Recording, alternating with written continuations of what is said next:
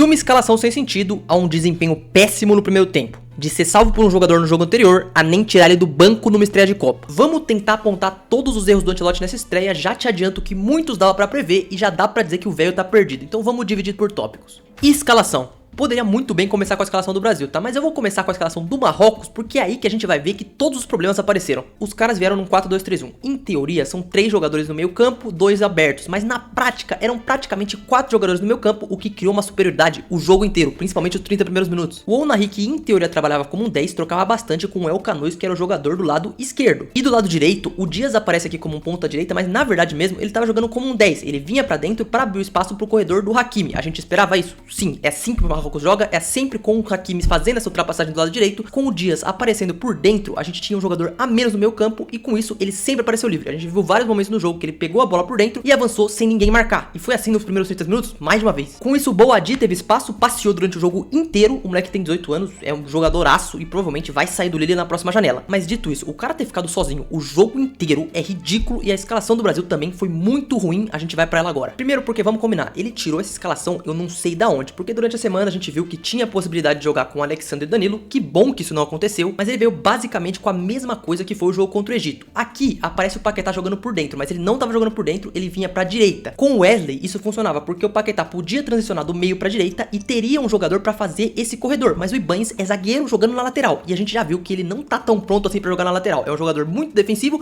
que não consegue fazer essa função de ultrapassar, então não faz sentido ele ter que jogar ali. Se fosse pra ser um jogador só pra fechar do lado direito, jogar realmente como um zagueiro pela direita, um pouco mais como um lateral, beleza, mas não como um lateral de fato que vai ultrapassar, ele não tem condições disso e até por isso que o primeiro tempo dele foi constrangedor. Aí você lembra que eu falei que o Marrocos tinha pelo menos sempre 4 jogadores no meio campo, seja o Boadi vindo de trás, o Brahim vindo da direita pro centro e o Brasil pra marcar sempre tinha ou o Casemiro ou o Bruno Guimarães e o Paquetá, só que o Paquetá tinha que fazer essa transição do lado direito pro centro e sem bola isso é um problema, porque o que poderia acontecer? Quando o Paquetá viesse pra direita e a gente perdesse a bola, a transição deveria ser feita muito rápido, porque senão a gente ia ficar com superioridade numérica pros caras do meio campo e foi exatamente o que isso aconteceu no gol e em outros momentos. Na verdade no gol não foi tanto isso, mas ele ilustra bem como foi essa troca de posição do Brahim vindo pra dentro, porque ele recebe a bola no meio campo e o Paquetá perdendo a bola na direita. O Paquetá perde a bola aberta, Brahim recebe por dentro, aí ele acha um passe absurdo também, tem que dar moral pro cara, porque é um puta de um passe, mas foi por dentro dos zagueiros e o atacante do Marrocos acertou um belo de um chute. Sobre o Alisson, não vou dizer que ele falhou no gol, é um pouco injusto isso. O que eu acho que aconteceu é que ele hesitou. Por quê? Porque ele poderia ter saído e ido até o final, mas aí eu acho que ele ficou com medo de ou fazer a falta ou de ser driblado, e por isso ele ficou no meio do caminho, assim dando tempo pro cara cavar ele. Ofensivamente, a gente até teve um Vini um pouco melhor no sentido de chamar o jogo, mas ele sempre ficou no 2 contra 1, e o 2 contra 1 contra o Vini não funciona, tanto que o gol que ele fez foi mais parecido com o que acontece no Real Madrid, quando ele tem espaço pra jogar e tem espaço pra contra-atacar. Rafinha, eu não vou falar nada, parece que tava carregando um saco de cimento, e o Igor Thiago realmente não tem condições de ser titular do Brasil numa estreia de Copa do Mundo. A escolha dele por uma característica de jogo específica, eu até entendo, mas o cara ser titular é até injusto com jogadores que não foram pra Copa. Imagina o Pedro lá, imagina o João Pedro lá, eles mereciam muito mais que ele. Agora, o porquê que ele voltou pro segundo tempo é o mais inacreditável pra mim.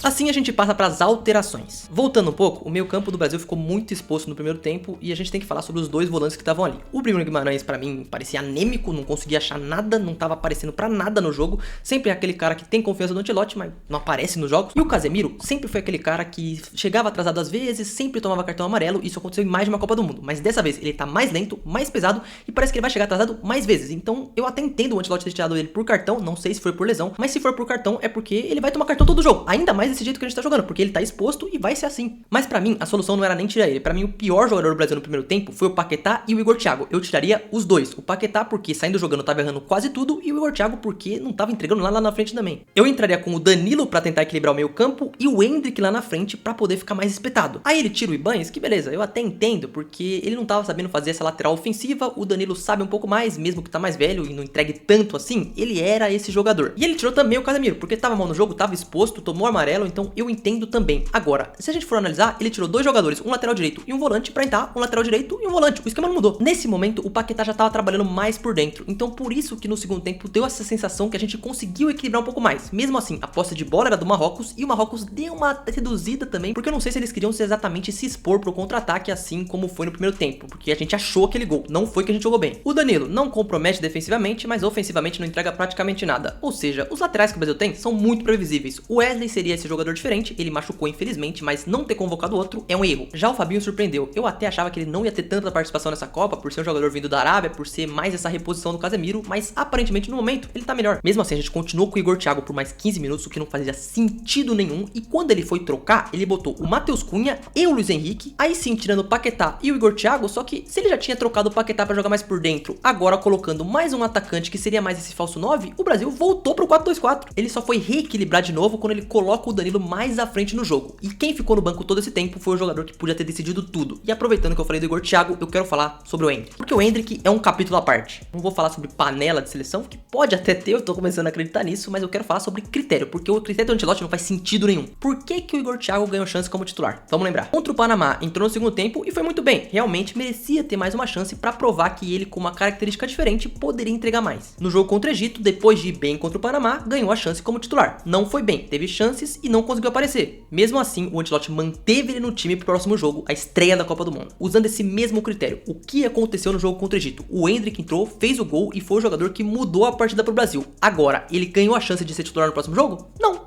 Ele nem entrou.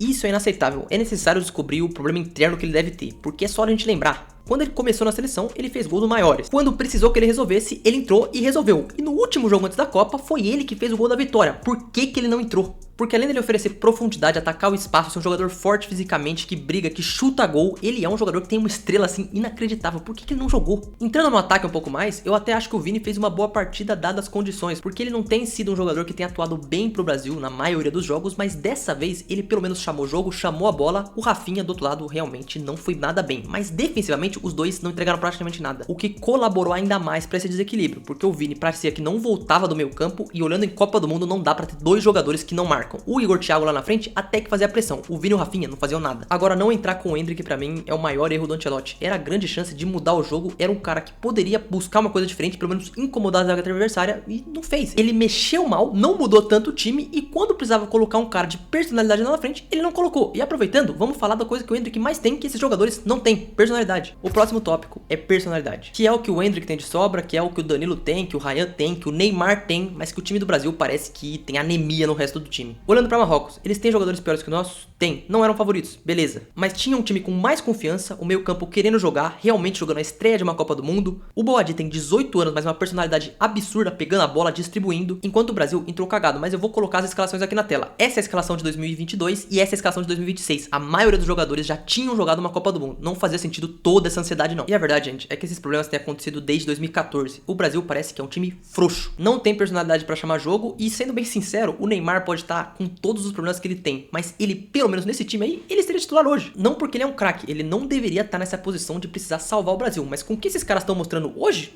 não acho que tem tanta diferença não. Você pode falar que ele não teria intensidade de jogo, realmente eu concordo. Agora, ele pelo menos ia tentar, e é isso que a gente sente que falta, tentar. Porque sendo bem sincero, eu até preferia que o Brasil perdesse esse jogo, mas que mostrasse alguma coisa. O time parece que tava com medo de jogar, medo de aparecer, correndo menos e entregar menos é inaceitável. É uma estreia de Copa do Mundo, não é um amistoso qualquer. O segundo tempo do Brasil, apesar de que tenha sido menos controle do Marrocos, parecia um amistoso. Essa parte emocional não é necessariamente um problema do Ancelotti, é um problema da geração como um todo. Mas ele errou em escalação, nas alterações, e não colocar o Endrick é bizarro. Ainda mais do que ele falou na coletiva depois. Porque beleza, ele não quer falar de jogadores individualmente. Tudo bem, ele pode até querer isso, mas eu queria que ele explicasse pelo menos o porquê que o Endrick não entrou taticamente. Por que que o Endrick não teve essa possibilidade? Se ele colocou o Igor Thiago e o Matheus Cunha, que são jogadores de características diferentes, por que que a característica do Endrick não ajudou? Eu queria entender. Olhando para os próximos jogos, eu até vou fazer um vídeo sobre a Escócia, assim como eu fiz sobre o Marrocos, então eu já tô começando a estudar mais. Acho que o Brasil pode ter grandes problemas, principalmente para atacar os caras. Ofensivamente, a gente tem muita dificuldade quando a gente tem a bola. E o Haiti, a gente vai ganhar o jogo, mas não é tão bobo assim não. Não acho que pode ser 8-0, mas pode ser 4. E mesmo assim, a gente pode jogar mal e pode decepcionar. Agora a pressão ficou maior. Por isso, vamos olhar as mudanças que a gente pode ter. Primeiro de tudo, tira esse 4-2-4, muda essa personalidade do time, coloca, sei lá, o Fabinho, o Danilo e o Bruno Guimarães, faz um trio de meio campo mesmo. Aí na frente você pode colocar o Vini, até o Ryan, porque o Rafinha realmente não dá mais. O Vini pelo menos ganhou um pouco mais de confiança agora. E na frente, mesmo que você não queira colocar o Endrick, bota o Matheus Cunha e no segundo tempo é o Endrick que tem que entrar. Se ele não for titular, tá? Eu preferia que fosse, mas eu não acho que vai acontecer. Defensivamente eu tenho duas opções. O Douglas Santos foi correto no jogo, tá? Não acho que teve grandes problemas e a dupla de zaga também não vai mudar. O Alisson é outro que, infelizmente, por mais que eu ache que ele é um bom goleiro, ele não faz milagre e pelo Brasil ele parece que tem algum problema, ele chama gol. Agora pro Ibañez jogar, ou você libera mais o lateral esquerdo e fecha com 3 zagueiros na zaga, que aí faz sentido, ou se você quer um cara que faz pelo menos alguma ultrapassagem, coloca o Danilo. Eu sei que ele não vai fazer grandes coisas, não vai entregar tanto, mas pelo menos ele pode fazer. O Ibañez não tem essa característica, ele vai ficar perdido. Tô colocando na tela qual seria a escalação que eu acho que o Brasil ia fazer, um pouco mais inspirado com o Real Madrid de 2024. Queria colocar o Endrick? Queria, mas eu acho que o Ancelotti pode ir por esse caminho mais do que ir colocando o Endrick mesmo. Tem que tirar o Casemiro pelo momento físico, Paquetá não merece jogar pela partida horrível que ele fez, e eu até tiraria o Rafinha, tá? Eu tô deixando ele aqui, mas eu acho que eu tiraria. No final, o empate não foi justo não, o Brasil merecia ter perdido pro Marrocos, ainda dá tempo da gente melhorar e é bom dar um chacoalhão, porque se o Ancelotti não mudar, aí a gente tem um problema. Ele tá renovado até 2030, só que a gente tá vendo que na Copa ele tá perdido. A questão personalidade é uma coisa que tem que mudar. Pra mim, colocaria todos os jogadores que tem ela, o Neymar, o Endrick ou qualquer outro. Mas a gente não tem só jogadores assim. Esse jogo mostrou problemas que contra seleções grandes aparecem ainda mais. O Marrocos deitou no Brasil, então pra não passar uma vergonha ainda maior, o Ancelotti não pode errar o tanto que ele errou.